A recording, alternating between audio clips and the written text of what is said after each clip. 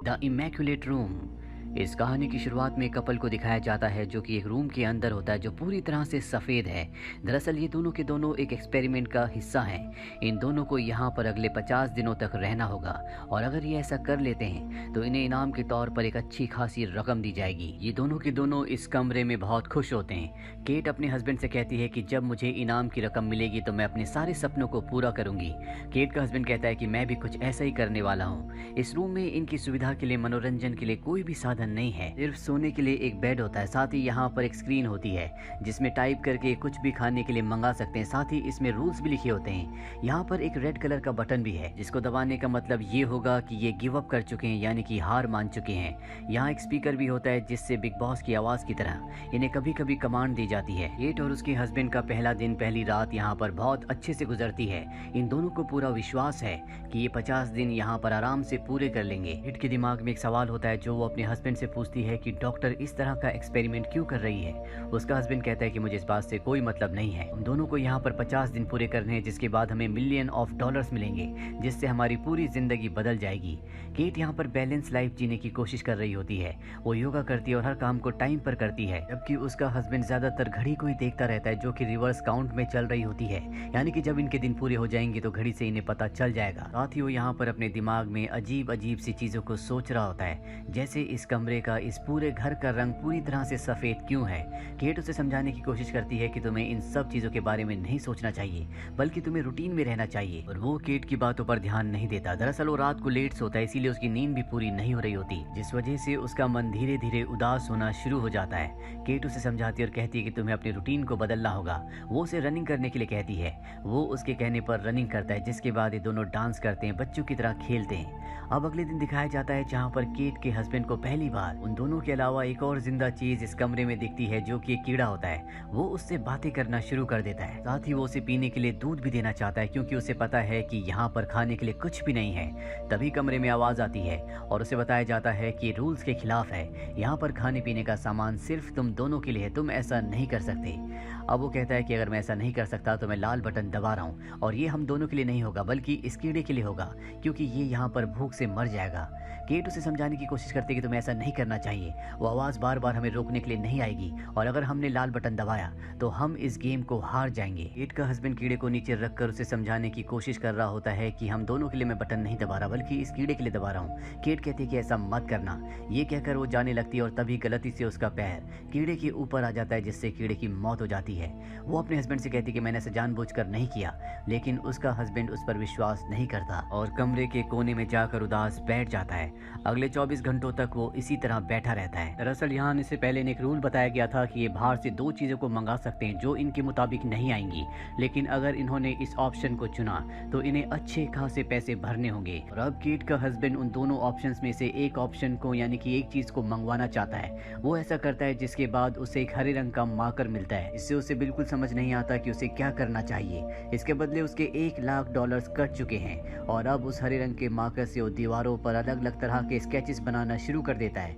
Cat कहती है कि तुम मेरा स्केच बनाओ और वो उसका स्केच बनाना शुरू करता है, लेकिन केट जल्दी बोर हो जाती है और उठकर उस जगह से चली जाती है। पर केट का हस्बैंड तब तक स्केचेस यानी कि दीवारों पर चित्र बनाता रहता है जब तक उसका मार्कर पूरी तरह से खत्म नहीं हो जाता। कुछ देर बाद केट अपने हस्बैंड के पास जाती है और कहती है कि कभी कभी शायद मेरा बर्ताव अच्छा नहीं होता, इसके लिए मुझे माफ कर दो।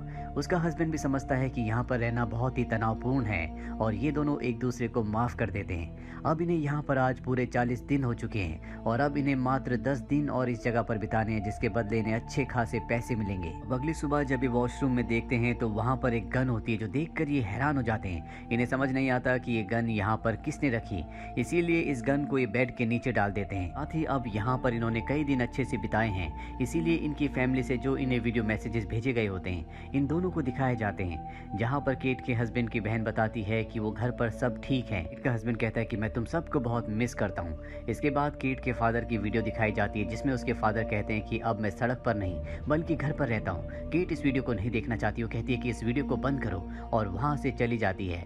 रात को ये दोनों के दोनों सो जाते हैं। सुबह केट का हस्बैंड तो उठ जाता है पर केट नहीं उठती क्योंकि उसने बहुत ज़्यादा टेंशन ली होती है, इस वजह से वो दिमागी तौर पर डिप्रेस हो चुकी है। केट अगली सुबह अपने हस्बैंड को बताती है कि मैं अपने पिता से कभी बात नहीं करना चाहती, उन्हें कभी नहीं देखना चाहती क्योंकि वो बहुत ज़्यादा शराब पीते थे। उन्होंने कभी मेरे स्कूल की कॉलेज की फीस नहीं भरी और एक यही कारण था कि मैंने कभी तुम्हें उनके बारे में नहीं बताया। केट का हस्बैंड इस बात पर ज़्यादा रिएक्ट नहीं करता और उसका दिल बहलाने की, उसे खुश करने की काफ़ी कोशिश करता है, लेकिन केट को इस बात से कोई फ़र्क नहीं पड़ता। केट का हस्बैंड कहता है कि अब भी हमारे पास एक चॉइस है, क्यों ना हम एक नई चीज़ मंगाएं जिससे कुछ दिन और गुजर जाएंगे, और वैसे भी अब हमारे दिन यहाँ पर पूरे होने वाले हैं। केट कहती है कि ऐसा मत करना, पहले भी तुम पैसे बर्बाद कर चुके हो और मैं नहीं चाहती कि हम और भी पैसे बर्बाद करें। ये सुनकर केट का हस्बैंड उदास हो जाता है, पर कुछ देर बाद केट उसके पास जाती है और कहती है कि तुम दूसरे ऑप्शन को इस्तेमाल कर सकते हो। अब वो दूसरा ऑप्शन भी क्लिक कर देता है, जिसके बाद दरवाज़ा खुलता है और वहाँ पर एक लड़की आती है जो कि बहुत ही सुंदर होती है। उसने कपड़े नहीं पहने होते। केट का हस्बैंड कहता है कि तुम यहाँ पर क्या कर रही हो? वो कहती है कि मुझे नहीं पता, मुझे यहाँ पर तुम्हारे साथ मात्र 24 घंटे बिताने हैं जिसके बदले मुझे अच्छे खासे पैसे मिले हैं। केट अपने हस्बैंड से कहती है कि तुम इसे अपनी टी शर्ट दे दो, जिसके बाद केट का हस्बैंड उसे अपनी टी शर्ट दे देता है। यहाँ पर वो लड़की जब केट के हस्बैंड की दीवार पर चित्र देखती है तो उसकी तारीफ करती है, जो सुनकर केट को बिल्कुल अच्छा नहीं लगता। रात को केट का हस्बैंड केट को और उस लड़की को बेड पर सुला देता है और खुद नीचे सोता है, पर वो लड़की उसके पास आती है और उसके साथ अजीब अजीब सी हरकतें करना शुरू कर देती है। इसके बाद केट अपने हस्बैंड को बेड पर सुलाती है और अपने हस्बैंड और उस लड़की के बीच में सो जाती है। अगली सुबह दिखाया जाता है कि केट जब अपने हस्बैंड के साथ बैठी होती है तो लड़की वहां पर आती है और गोल गोल घूमकर डांस करना शुरू कर देती है। केट भी ऐसे ही करती है, जिससे केट के हस्बैंड को बहुत अच्छा लगता है और वो अपने ख्यालों की दुनिया में खो जाता है, जहां पर उसे हर तरफ सफेद की जगह काला रंग दिखना शुरू हो जाता है। उसे लगता है कि वो पानी में डूब रहा है और तभी वो अपने छोटे भाई के बचपन का रूप देखता है जो उसके साथ पानी में डूबना शुरू हो जाता है। इस बात से वो पूरी तरह से घबरा जाता है और वो अपना आपा खो देता है। केट और वो लड़की उसके पास आती है। केट अपने हस्बैंड को होश में लाती है, लेकिन अब भी वो बहुत ज्यादा डरा हुआ होता है। केट अपने हस्बैंड को सुला देती है, जिसके बाद केट उस लड़की से बातें करती है। कुछ देर बाद जब केट का हस्बैंड होश में आता है तो वो देखता है कि वहाँ पर केट नहीं है, वो वॉशरूम में होती है और तब वो उस लड़की के पास जाता है जहाँ पर ये दोनों के दोनों बातें करना शुरू कर देते हैं, जहाँ ये एक दूसरे को अपनी जिंदगी के दुख, अपनी जिंदगी के दर्द को शेयर कर रहे होते हैं, जिससे केट का हस्बैंड इमोशनल हो जाता है। वो लड़की उसे संभालने के लिए, उसे कंसोल करने के लिए उसका हाथ पकड़ लेती है और तभी केट वहाँ पर आ जाती है, जो इन दोनों को एक दूसरे का हाथ पकड़े हुए देख लेती है।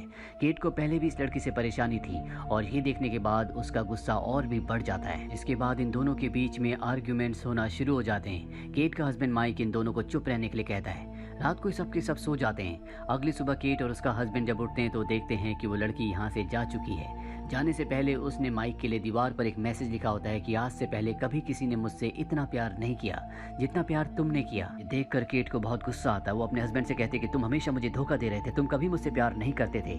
उसका हस्बैंड कहता है कि ये सब कुछ जानबूझकर किया गया है, ये शायद इस गेम का एक रूल है कि वो हम दोनों को आपस में लड़वाना चाहते हैं। पर केट उसकी बात नहीं मानती और उसे धक्का देती है, जिससे वो टकरा कर गिर जाता है। केट के हस्बैंड को बहुत गुस्सा आता है। वो कहता है कि मैंने तुम्हें कभी धोखा नहीं दिया, उस वक्त भी नहीं जब तुम कुछ दिनों के लिए शहर में नहीं थी।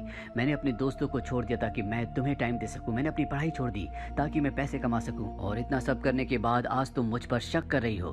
केट को एहसास होता है कि उसने गलत किया। वो अपने हस्बैंड से माफी मांगती है, लेकिन तभी वो नीचे गिर जाता है। कहता है कि मेरी तबीयत खराब हो रही है, मुझे डॉक्टर की जरूरत है, लेकिन वो रेड बटन नहीं दबा सकती। अगर उसने ऐसा किया तो ये दोनों गेम से बाहर हो जाएंगे, इस गेम को हार जाएंगे। केट अपने हस्बैंड को पीने के लिए दूध देती है और उसे बताती है कि इस कमरे में, इस पूरे घर में मेडिकल की कोई भी फैसिलिटी नहीं है। केट का हस्बैंड कहता है कि क्या होता अगर मुझे और ज्यादा चोट लग जाती, शायद तुम मुझे मरने के लिए छोड़ देती।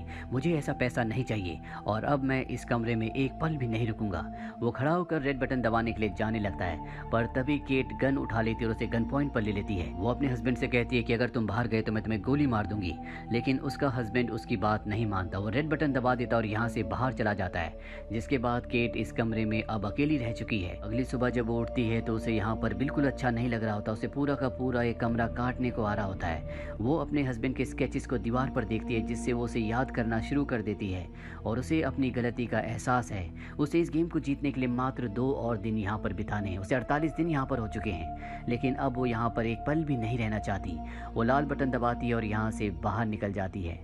इसके कुछ महीनों बाद दिखाया जाता है कि केट का हस्बैंड रनिंग करता हुआ केट के घर के आगे से गुजरता है, जहाँ वो केट को देखता है। दरअसल उस कमरे से निकलने के बाद ये आज पहली बार मिले हैं। ये दोनों के दोनों वॉक करते हुए खाना खाने के लिए निकल पड़ते हैं, जहाँ पर केट का हस्बैंड केट से पूछता है क्या तुमने उस टास्क को पूरा किया। केट उसकी बात का जवाब नहीं देती। वो बस यही कहती है कि मैंने तुम्हारे साथ वहाँ पर अच्छा बर्ताव नहीं किया था, इसके लिए मैं तुमसे माफ़ी चाहती हूँ। दरअसल इतने दिन उस घर में रहने के बाद इन दोनों को समझ में आ गया कि पैसा, लालच इन दोनों की ज़िंदगी में कभी खुशियाँ नहीं ला सकता। इन दोनों का प्यार और एक दूसरे के लिए जो विश्वास है वही इन्हें खुश रख सकता है, और अब ये अपनी ज़िंदगी को एक बार फिर से शुरू करना चाहते हैं। इसके बाद हमें उस कमरे के बाहर एक बोर्ड दिखाया जाता है जहाँ पर इन दोनों ने कई दिन बिताए थे। वो रूम ऐसे शख्स ने बनाया था जिसे कोई नहीं जानता, यानी कि वो एक अज्ञात इंसान है जो पैसों का लालच देकर लोगों को, कपल को इस रूम के अंदर भेजता था ताकि अकेलेपन में उनके अंदर का जो असली इंसान है वो बाहर आ जाए, वो एक दूसरे को समझे, जिंदगी को समझे। कहानी के अंत में दिखाया जाता है कि एक बार फिर से उसी सफेद रूम के अंदर एक और कपल आया है जिसे यहाँ पर अगले 50 दिन बिताने होंगे, जैसे केट और उसके हस्बैंड को बिताने थे। ये दोनों भी उसी तरह से खुश होते हैं जैसे केट और उसका हस्बैंड यहाँ पर पहली बार आने के बाद थे, क्योंकि उन्हें ऐसा लग रहा था कि 50 दिन वो यहाँ पर बहुत आराम से बिता देंगे। और सवाल ये है कि क्या ये दोनों के दोनों यहाँ पर 50 दिन बिता सकते हैं या नहीं। और इसी सवाल के साथ ये फिल्म, ये कहानी यहीं पर खत्म हो जाती है। उम्मीद करते हैं कि ये कहानी आपको पसंद आई होगी।